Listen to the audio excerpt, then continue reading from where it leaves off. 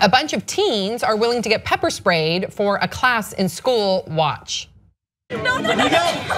You ready? This is like stop resisting, please comply.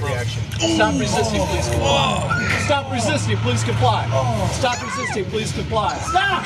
Don't resist. Stop resisting. Let's go, Tristan. Don't open your mouth. Breathe. The girl in the DHS t-shirt is badass. Yeah, she's gonna have no problem with pregnancy. Yeah. Unlike Sam over here. Yeah, these girls. It like comes over them. Oh my God! Wow. Like little by little it starts having, see there he goes. Jeez. And then she's probably next. Woo! What'd you do at school today, sweetheart? Yeah, well, the parents knew because they had to sign a waiver. So the parents knew, according to the school superintendent, Patricia Cleary. This is at Barberton City Schools. This is in Ohio. And she said that the exercise is supposed to help students who may be going into law enforcement. They want them to understand the effects of pepper spray because that could very well happen when you're out on the job. And she said that each student had to get the waiver signed by their parents. This was not mandated. This was actually, you volunteered for it. However, you would get points towards graduation. Fuck that. So, well, maybe you're desperate for some points. You never know. Right? Dangle that carrot. Oh, that sounds awkward now.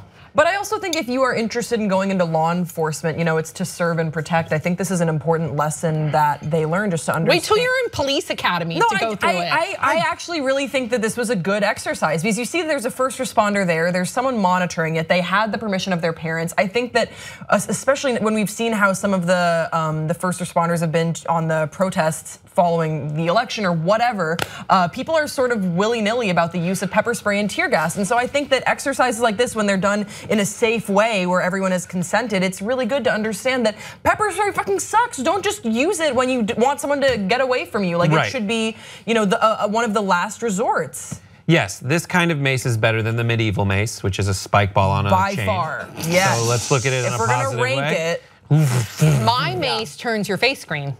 I have mace. So you know that person's been maced. So you see a perp with a green face, you know he's not, or she is not a good person. Yeah, my mace will be an equal opportunity macer. Yeah. I do get what you're saying because part of what everyone wants out of law enforcement is empathy, and what empathy means is the ability to put yourself in the other person's shoes, and what better way to have this experience of doing it, and I totally get that. It just seems weird that you get points for it.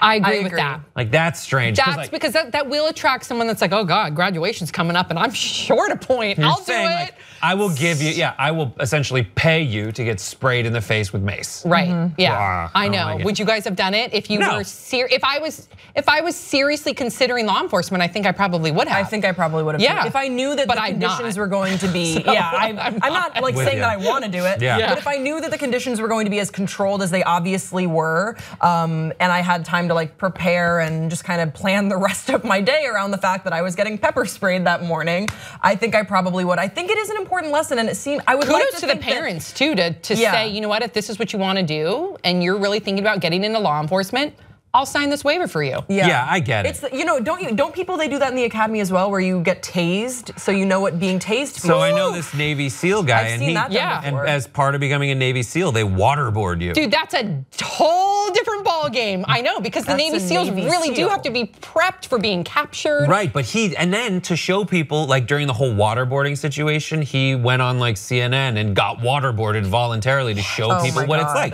So Navy SEAls are crazy. Yeah, they do it's way more than waterboarding. Like my sister was like into some Navy SEALs at one point when she was out of college. Yeah, she was. Like she hung out with some Navy SEAls in San Diego. My old okay.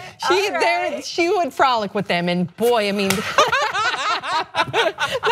Oh goodness! No, and frolic, so like, and one of her girlfriends was actually married to one of the crew, and sometimes they would just leave. Stop. Like Sorry, they keep going to a the poor girl would just like call my sister and be like, "Yep, he's gone. I have no idea." Yeah, and then in 6 weeks later, in the night, and 6 weeks later, come back. Yeah, and woo, and they I remember one of them saying that like he shrunk from all the times he had to jump out of the plane into the water. It shrinks your vertebrae together because of the impact. They do some gnarly stuff that we don't even know about. It's crazy training. Yeah, you have to go through SEER school, and a lot of them don't make it out of SEER school. So yeah. I get it. It's good that they have the training, and I totally understand why these kids had to do it. It's sad that it was so funny to me to watch them in pain. That's the sad part. I hear you. I'm right there with you. Well, it goes back to like why we used to watch like Jackass and stuff. Yeah. Back in the day on MTV. You like why and they participate and they do these things to harm themselves, like Steve-O and all of them. And this is for the public good. But yeah, this is for the public good. This was funnier for me because I knew that everyone was fine. And they volunteered. When I would watch Jackass, sometimes it was hard for me to enjoy because I was like, I don't know if they're gonna be fine, and then that hurts me. And is anybody gonna be able to play with that toy car after they pull it out of his butt? I know. Oh my God. I know. Yeah. Butt. Yeah. No, thank you. No amount of cleaning. Yeah. What did it stem from again? It stemmed from another really big skateboarding crew. What was it called? That Bam Margera was it? Yeah. And then that came. What was it called? I don't know. Johnny Knoxville. I know that. Someone will know in the comment section. Yeah, someone will know in the comment section. So please fill it in for us.